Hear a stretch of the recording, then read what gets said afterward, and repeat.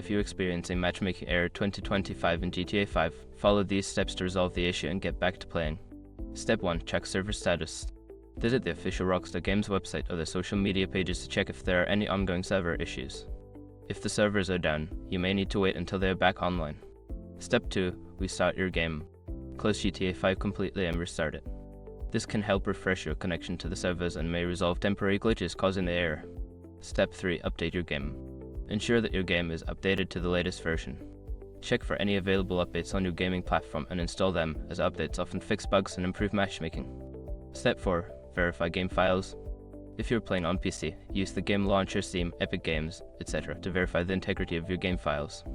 This process will check for any corrupted files and replace them, which can help eliminate errors. Step 5. Adjust network settings. Check your internet connection and consider resetting your router. Additionally, you can try changing your DNS settings to public DNS like Google 8.8 to improve connectivity.